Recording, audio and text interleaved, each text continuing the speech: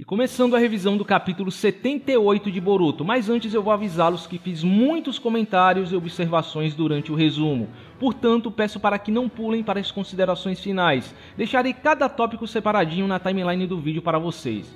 Bom, o capítulo tem início com o Shikamaru recebendo as notícias sobre o desaparecimento de Naruto e Hinata logo após o chakra do Kawaki ter sido detectado, ao mesmo tempo que a Himawari chega só para dar de cara com o porta-retratos quebrado e não encontrar seus pais, uma cena bem triste.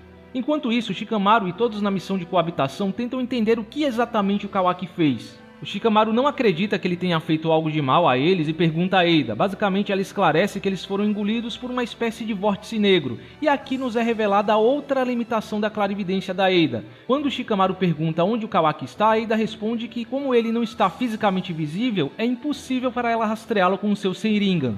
O que faz total sentido, seria quebrado demais se, além de tudo, ela tivesse a visão microscópica do Sharingan. Claro, se é que isso não é alguma mentira dela para dar alguma vantagem ao Kawaki, afinal ela está em Konoha por ele. Ouvindo isso, Boruto sai imediatamente atrás do Kawaki. Porém, reavaliando a conversa entre Kawaki e Naruto, onde, inclusive, há em primeira mão uma visão de como a clarividência da Ida funciona, quase como se ela se teleportasse para o evento em questão, a Eida conclui que o Kawaki quer matar o Boruto de novo, o que deixa Sarada confusa, pois anteriormente ela achava que o responsável por isso tinha sido Kodo, mas o Shikamaru acaba revelando a ela a verdade e explica o que aconteceu. Sendo assim, ignorando os avisos da Sumire e as ordens do Shikamaru, ela vai atrás do Boruto, mas não antes de declarar que só havia descoberto que o Boruto havia morrido após ele ter ressuscitado, nem ao menos sabia que ele estava em perigo, mas agora que sabe, ela não pode ficar parada sem fazer nada. Detalhe que Aida está observando a Sarada de maneira bem suspeita enquanto ela faz esse discurso. Um detalhe pequeno, mas que talvez possa explicar as ações atuais da Aida. Porque a pergunta que devemos fazer aqui é: por que alguém tão obcecado pelo Kawaki como a Aida, que só está na vila por causa dele, iria dedurá-lo com tanta facilidade? Ela não deveria estar ajudando ele? Lembrem-se que nos capítulos anteriores a Aida estava perguntando a Sarada o que ela pensa sobre o Boruto. A impressão que eu tenho é que a Aida quer usar essa situação para aprender sobre o amor através das ações da Sarada e descobrir de uma vez por todas se ela gosta do Kawaki ou não. Mas também podemos assumir que, como ela toma decisões baseadas no puro capricho, ela simplesmente tenha desistido do Kawaki de uma hora para outra, chegando à conclusão de que ele não vale o esforço, ou ainda vai chegar a essa conclusão no fim de toda essa situação. Afinal, ela tem o Boruto como uma segunda opção. Como eu disse em outras revisões, me parece que a Aida está mais apaixonada pela ideia de experimentar o amor verdadeiro do que pelo Kawaki propriamente dito. Prosseguindo, enquanto Boruto passa pelo Monumento dos Kages, é envolvido pelo Vórtice Negro, ninjutsu de tempo e espaço, mas consegue absorvê-lo antes de ser completamente envolvido. E logo Kawaki aparece comentando que seria mais fácil se simplesmente o selasse também, revelando o que fez com Naruto e Hinata. Assim como muitos já suspeitavam desde o capítulo passado, ele os mandou para a dimensão do Daikokuten, explicando que esse Shinjutsu lhe dá acesso a uma dimensão onde o tempo não passa e que ambos estão lá, mas que o Boruto não precisava se preocupar, pois eles não envelheceriam um dia ou morreriam de fome. Um trecho bem esclarecedor, diga-se de passagem. Pois implica que mandar o Boruto para a dimensão do Daikokuten sempre foi uma opção, independente dele ter um Momoshiki ou não. A ideia do Kawaki parece ser simples, ou ele consegue mandar o Boruto para a dimensão do Daikokuten, o que parece ser difícil já que ele consegue absorver o portal, ou ele o mata. E também essa ação, juntamente com a fala do Kawaki, dá a impressão de que quem é mandado para essa dimensão deve ficar congelado no tempo ou algo parecido, ou do contrário, o Momoshiki poderia representar uma ameaça a Naruto e Hinata. Então pode ser que no vislumbre do futuro no capítulo 1, o Boruto ainda não tenha necessariamente se livrado da influência do Momoshiki, como muitos teorizaram no capítulo passado, ou Momoshiki ainda não tenha deixado de ser visto como uma ameaça pelo Kawaki, como eu mesmo sugeri, assumindo que ele se torne parceiro do Boruto. Isso ainda está em aberto. Porém, o fato dele conseguir mandar alguém para a dimensão do Daikokuten também cria novas dúvidas que precisam ser esclarecidas. Afinal, não tinha sido estabelecido que o Daikokuten não consegue encolher seres vivos? Então, como o Kawaki conseguiu mandá-los para essa dimensão e por que o Ishiki não fez o mesmo quando lutou contra Naruto e Sasuke?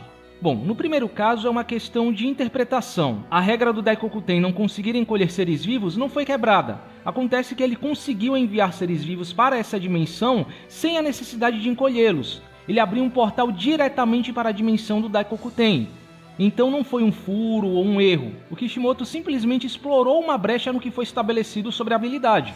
Já o motivo do Ishiki não ter feito o mesmo nas duas lutas que ele teve contra Naruto e Sasuke é um pouco mais complicado, mas eu consigo pensar em algumas possíveis explicações.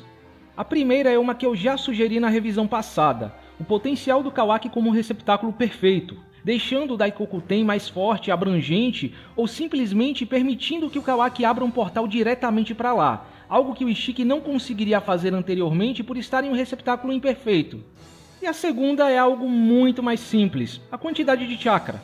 Talvez abrir um portal para essa dimensão exija uma quantidade de chakra maior do que o Ishiki tinha a dispor quando enfrentou Naruto e Sasuke. Sendo assim, matá-los seria menos custoso do que mandá-los para essa dimensão. Enfim, possibilidades.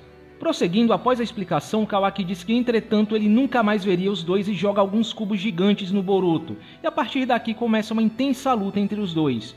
Inclusive, um ponto interessante dessa luta é que o Boruto usa um Odama Rasengan, o que talvez seja o primeiro indício de que ele está usando as habilidades do Momoshiki, neste caso a habilidade de potencializar ninjutsus, já que sabemos que em circunstâncias normais o Boruto não tem chakra o suficiente para usar um Odama Rasengan. Enquanto isso, o Amado fica sabendo do que está acontecendo, aparentemente surpreso com as ações do Kawaki. Inclusive, até o Sai, que estava ali junto com ele, destaca que no pior dos cenários eles teriam que tomar medidas drásticas. A luta continua até que em um determinado momento, quando Kawaki parece ter a vantagem e está prestes a dar um golpe decisivo, ele leva um Katon nas costas, mas consegue absorvê-lo a tempo, um Katon da Sarada, que estava ali tentando entender o que deu no Kawaki, mas por sua vez o Kawaki a ameaça, dizendo para não se intrometer em seus assuntos se não quiser morrer. E o Boruto também tenta fazê-la fugir dali, dizendo que ele não lhe daria ouvidos. Mas corajosamente a Sarada entra na frente do Boruto confrontando o Kawaki, dizendo que essa era mais uma razão para ela ficar como uma ninja que pretende ser Hokage. Sendo assim, o Kawaki apenas responde que ninjas estão destinados a morrer cedo e golpeia a Sarada, mas ela acaba sendo salva pelo Boruto, que entra na frente do golpe e acaba perdendo o olho no processo, ganhando a tão esperada cicatriz, o que está gerando uma certa comoção no fandom. Ai, como assim? O Kishimoto é machista, a Sarada sempre é salva pelo Boruto. Ai, as personagens femininas dessa franquia sempre são indefesas, porque a Sarada apenas ficou parada ali e blá blá blá blá blá. Para início de conversa, o próprio diálogo mostra que ela mesma está tendo dificuldades em acreditar no Kawaki. Ela não sabe até onde o Kawaki está disposto a ir e ela mal consegue ver o ataque dele chegando. Isso ficou bem claro na cena. Imaginem se ela realmente reagisse. Aposto que diriam que a escala de poder em Boruto é um lixo porque a Sarada base consegue acompanhar o Kawaki com calma e blá blá blá. Vocês queriam o quê? As outras opções seriam ela ficando fora de ação como a Sumire ou ela sendo capaz de lutar contra o Kawaki, muito provavelmente porque ele estaria brincando com ela e a fazendo de saco de pancadas no final. Não sei que mangá esse pessoal tá lendo, mas o que eu vi aqui foi a Sarada indo proteger o Boruto antes de tudo. Ela ainda tentou fazer alguma coisa lançando um Katon no Kawaki quando ele estava prestes a ferir o Boruto, e sendo extremamente corajosa encarando o Kawaki de frente, por mais que ela ainda saiba que não tem chances de vencê-lo. Tudo bem, ainda podemos discutir que tenha sido uma ação precipitada por parte dela. O certo seria ela obedecer às ordens do Shikamaru como a Sumire fez. Mas diferente da Sumire, que sempre foi retratada como alguém que não age com base nas emoções e é bem analítica, como visto nos capítulos anteriores, a Sarada é bem emocional quando se trata do Boruto, algo que é afirmado ainda nas primeiras novels de Boruto. Ela é racional sobre tudo, menos com Boruto. Isso não é novidade. Mas não há como negar que foi uma ação digna por parte dela e que condiz completamente com a personagem. Não esqueçam que a Sarada será a Hokage e o Boruto será o Sasakage, o Hokage das sombras. O Boruto prometeu sempre apoiá-la e protegê-la como seu braço direito, e ambos sempre cuidaram um do outro como companheiros de time. Não é só o Boruto salvando ela o tempo todo. Ou será que estão esquecendo da Sarada salvando o Boruto do Shoujoji ou protegendo o Boruto do Kashinkoji quando ele desmaia após usar o Karma pela primeira vez? Sem falar dos vários momentos na continuidade do anime onde ela arrisca a vida se colocando à frente do Boruto, impedindo que ele leve ataques mortais. Mas é claro, nessas horas o fandom convenientemente esquece desses detalhes. E prosseguindo, mesmo ferido, Boruto ainda tenta fazer com que a Sarada saia dali, porque o Kawaki não está para brincadeira. Por sua vez, o Kawaki novamente pede para que ela se afaste, até que em um determinado momento ele é pego pelo Kagemane do Shikamaru, e o seu braço com karma é imobilizado pelo Mitsuki, impedindo que ele absorva o Kagemane. Inclusive, por coincidência, o Shikamaru acaba descobrindo que o Kagemane consegue bloquear o Sukuna Hikona, o que faz todo sentido, já que uma das principais características do Kagemane não é só paralisar, mas também espelhar os movimentos do usuário com quem é pego pelo ninjutsu. Então, seguindo essa lógica, o Kawaki ficaria preso ao tamanho e forma do Shikamaru. Lembrando que, apesar de parecer fraco a princípio, a restrição do Kagemane não é pouca coisa. Durante a Quarta Guerra, um Nara aleatório conseguiu segurar o Naruto no modo Sennin e o Shikamaru conseguiu segurar o Obito. O Shikamaru adulto deve ser ainda mais forte, visto que ele conseguiu segurar o Kinshiki e o Momoshiki ao mesmo tempo, bem como o Kodo e Eida recentemente. Então não me surpreende ele sendo capaz de segurar o Kawaki dessa forma. E de quebra, Konohamaru e Sasuke também chegam lá, para quem estava se perguntando por onde o Sasuke andava. Mas enfim, o Sasuke ameaça matar o Kawaki se ele resistir e há uma discussão entre Kawaki e Shikamaru, onde em resumo, Shikamaru tenta colocar algum juízo na cabeça do Kawaki, enquanto o Kawaki argumenta que só fez o que tinha que fazer para o bem do sétimo e de Konoha por consequência, por mais que do ponto de vista do Shikamaru ele esteja apenas causando caos ao seu redor. Até que de repente Momoshiki se manifesta através do Boruto absorvendo o Kagemane.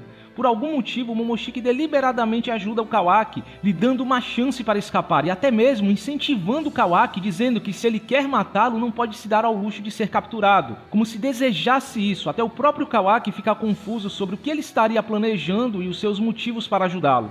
Nisso, Shikamaru assume que, como o Kawaki está usando muito Sukuna Hikona, o chakra dele deve estar acabando. Então ele não conseguiria se esconder para sempre, o que sugere uma limitação para o Sukuna Hikona. O usuário gasta chakra para se manter encolhido e o encolhimento não é permanente. Porém, talvez isso seja meio contraditório, pois se o Sukuna Hikona gasta muito chakra para manter o seu estado encolhido, usá-lo para infiltração a longo prazo não é viável. E como sabemos, o Ishiki original permaneceu encolhido na cabeça do Jigen por 1000 anos. Então como exatamente ele conseguiu fazer isso? Seguindo essa lógica, isso seria possível se ele periodicamente recarregasse o seu chakra, o que explicaria as aparentes viagens constantes do Jigen ao Jubi, ou por se tratar do corpo original do Ishiki, ele tivesse reservas de chakra absurdas. Por mais que ainda estivesse quase morto, sobrevivendo como um parasita. Acho que as duas possibilidades são bem válidas. Mas enfim, até mesmo o Sasuke questiona as ações do Momoshiki, afinal, por que ele estaria tentando salvar alguém que quer matá-lo? Bom, acho que a princípio a resposta parece ser bem simples, porque o Kawaki é o sacrifício do Momoshiki para o Jubi.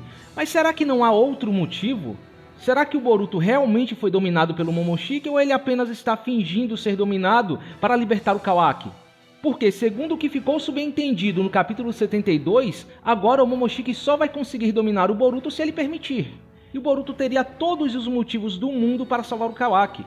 Ele sabe que o Kawaki pode acabar sendo morto se tentar resistir, e acredito que ele ainda quer tentar convencê-lo a deixar essa ideia estúpida de lado, apesar de tudo que ele já fez. Mas ainda não dá para ter certeza, pode ser que o Momoshiki consiga assumir por um curto período de tempo quando o Boruto se desestabiliza por causa de algum ferimento ou trauma.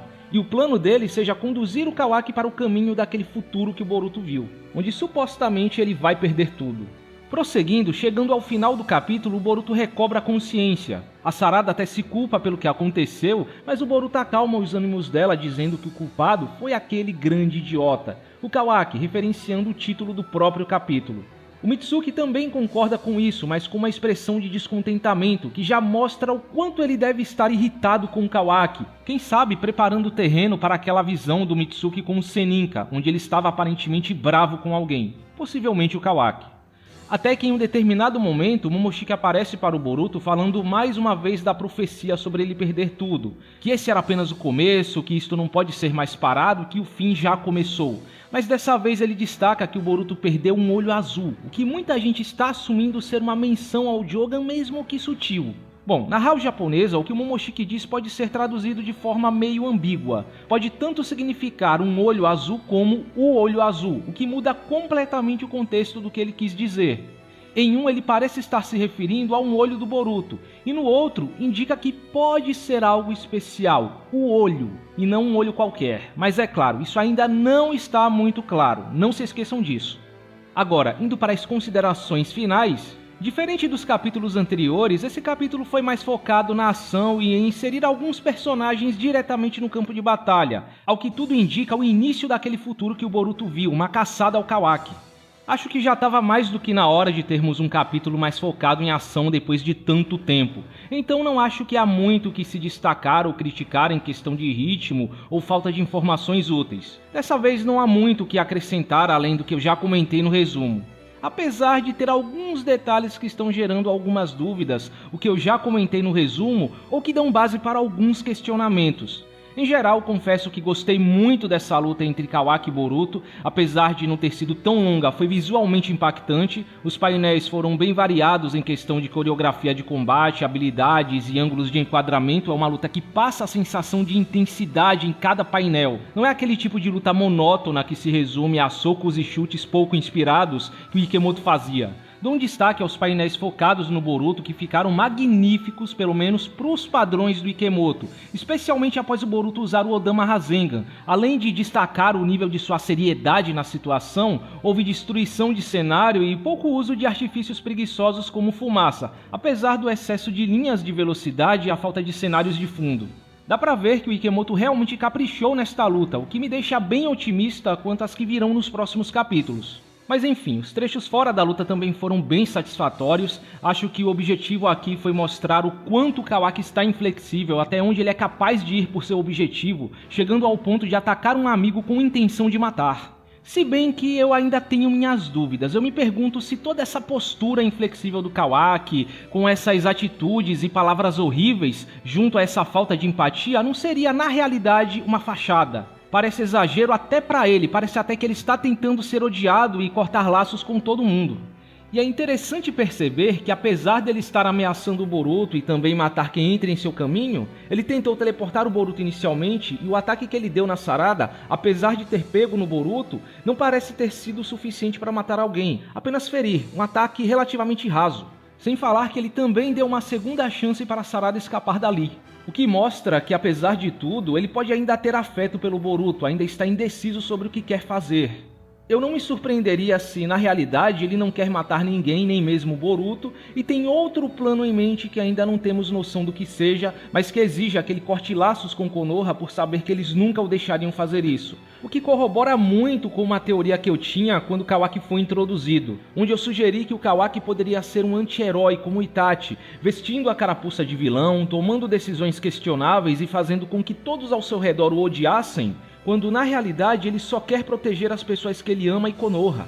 Convenhamos que seria um rumo perfeito para o Kawaki, a melhor forma de conciliar o Kawaki vilão, entre aspas, visto no capítulo 1, com o Kawaki que apenas quer proteger o que lhe é precioso. Agradaria a todos aqueles que não querem vê-lo sendo mais um vilão qualquer, jogando tudo o que ele vivenciou em Konoha no lixo e querem uma boa razão para sua reviravolta. Bom, talvez eu apenas esteja viajando demais e para ele os fins justifiquem os meios mesmo e só esteja agindo da forma que ele considera mais eficiente, mesmo que signifique passar por cima de todos. Pessoalmente gostei muito do trecho da imobilização do Kawaki, com cada um desempenhando uma função, creio que liderados pelo Shikamaru. Eu sei que eu venho criticando algumas decisões que o Kishimoto tomou em relação ao Shikamaru nos últimos capítulos, mas dessa vez eu acho que ele se redimiu. O desempenho do Shikamaru está bem digno do personagem. É bom ver que ele está preparado para o Kawaki e que os ninjas de Konoha conseguem responder com eficiência, bem melhor do que na situação da primeira fuga do Kawaki. E que também está havendo um nivelamento entre os personagens, o Kawaki ainda não é invencível, por mais que o Shikamaru tenha apostado com a sorte, entre aspas, para ser capaz de deter o Kawaki. Talvez alguns digam que isso foi conveniência de roteiro, mas conveniência de roteiro por conveniência de roteiro, todo shonen tem. E como eu expliquei no resumo, faz total sentido para a lógica do Kagemane. Eu sinto que estão preparando o terreno para uma luta mais equilibrada contra o Kawaki. No fim, talvez a intenção seja deixar ele e o Boruto em pé de igualdade para uma possível última luta pré-time skip, onde o Kawaki vai estar cansado após passar por tantos obstáculos. De resto, talvez o Ikemoto só tenha falhado em transmitir um pouco mais a gravidade da situação. Sei lá, os painéis e expressões dos personagens não passam a sensação de urgência ou desespero, como por exemplo, quando o Momoshiki assume e parece que ninguém dá a mínima, mas ok.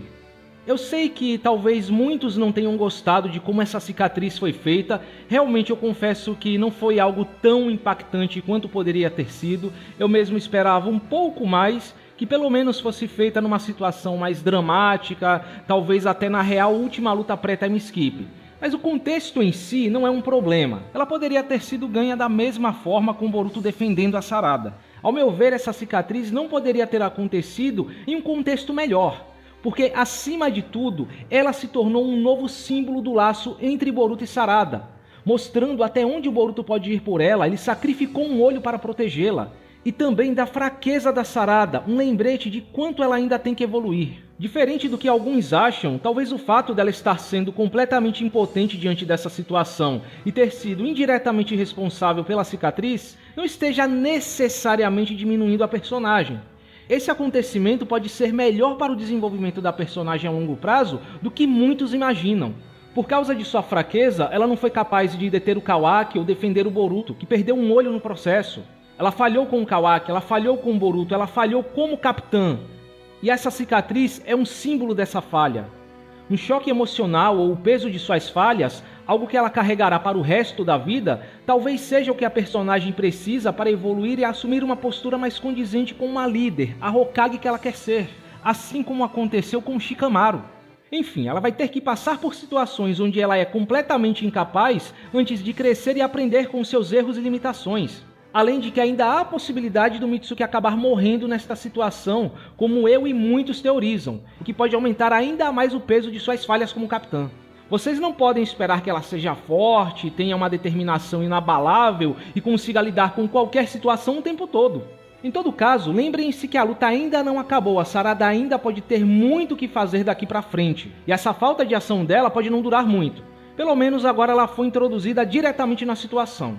E para você, meu amiguinho, minha amiguinha ativista de rede social, crave uma coisa bem no fundo dessa sua linda cabecinha. Bem no fundo, eu quero que você absorva e repita isso como um mantra. O que você está lendo é uma história escrita por um homem de 48 anos que nasceu na região de Okayama, interiorzaço do Japão, e na década de 70. Essa pessoa muito provavelmente não compartilha de seus valores, ideais ou pautas, meu caro ocidental metido à besta. Você tá lendo um Battle Shonen, um mangá voltado para adolescentes, japoneses e do sexo masculino. E um bem genérico, diga-se de passagem, que está jogando no seguro até o momento, com uma escrita simples que não tem intenção de quebrar paradigmas, ousar ou fazer algo muito diferente do resto. A tendência é que você verá os clichês mais básicos para uma história voltada para adolescentes com os hormônios à flor da pele querendo se impor a todo custo. E os encarregados por trás desse mangá sabem muito bem disso. O que você deve esperar aqui é a personagem feminina principal, a heroína, sendo o sonho de consumo de todo jovem japonês. Alguém que você quer amar, proteger e que depende de você até certo ponto. Mesmo que ainda siga o arquétipo da tsundere, uma garota de temperamento forte ou tenha grandes momentos sendo mais do que uma donzela em perigo, a tendência é que ela será movida pelos sentimentos que ela tem pelo protagonista, mesmo que nem sempre seja a principal motivação dela, ela irá confortá-lo nos momentos em que ele precisar, por vezes, em determinados momentos, ela será delicada, frágil e feminina, enfim, uma preciosidade que deve ser amada e protegida a todo custo, da forma mais pura e sincera possível. E o protagonista, o herói, que muitas vezes é idealizado para ser uma inspiração para os jovens, sendo uma figura masculina forte, um modelo de homem a ser seguido na visão dos japoneses, alguém que existe unicamente por sua família, amigos e aqueles que ele julga precisarem dele. Protetor, viril e ao mesmo tempo gentil, defensor dos mais fracos, mulheres e crianças, quase cavalheiresco quando necessário. Um símbolo de umbridade, da dignidade e honra de um homem. A heroína, a personagem feminina principal e que muitas vezes é o interesse amoroso do protagonista, também existe para elevar a umbridade e heroísmo do protagonista. A heroína, sendo salva pelo protagonista em momentos arriscados, simplesmente eleva todos esses aspectos. Protagonistas assim representam valores que os japoneses querem passar aos seus jovens. É assim que a banda toca.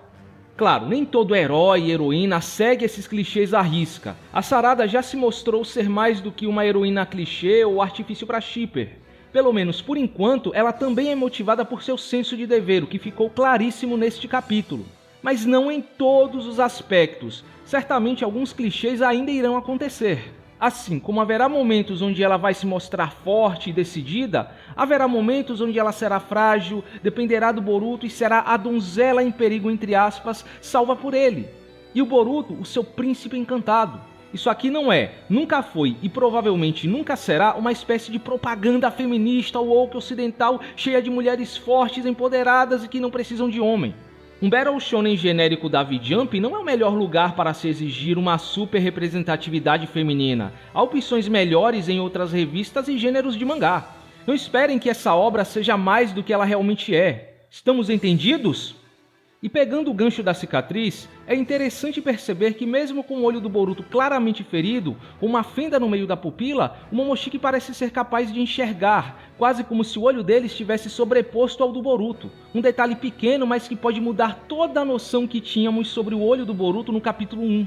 Acho que algumas teorias que eu sugeri nos últimos capítulos meio que caíram por terra depois desse detalhe. Eu teorizei que o olho do Boruto visto no capítulo 1 talvez não fosse dele, que ele teria recebido da Himawari, pois seria a única explicação de como o Boruto teria um olho intacto apesar da cicatriz. Mas pelo jeito não é bem assim. O Byakugan do Momoshiki podendo se manifestar através do olho cego do Boruto explica muito bem ele ter o olho intacto apesar da cicatriz.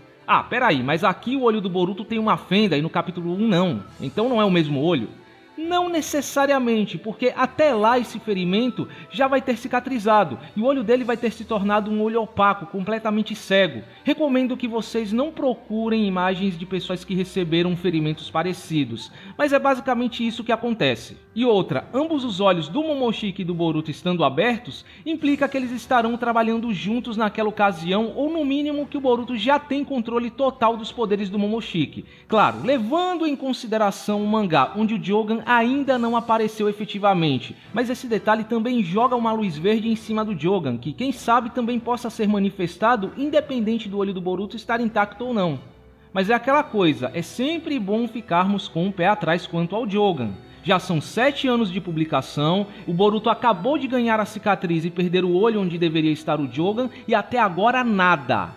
Convenhamos, se não houver um rastro do Jogan, ou no mínimo uma menção até a última luta pré-time skip, vai ficar muito difícil levá-lo a sério.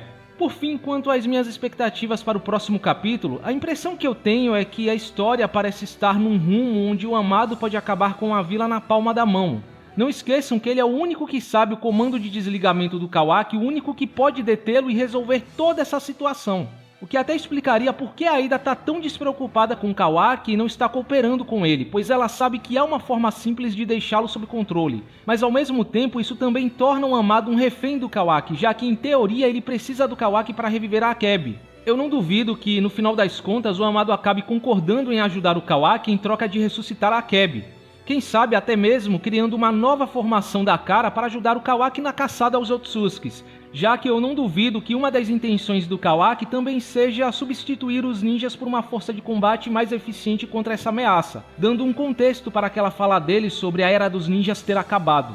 O Amado trairia Konoha por sua filha sem pensar duas vezes, e além disso, ele e o Kawaki são semelhantes em suas obsessões e até onde eles estão dispostos a ir.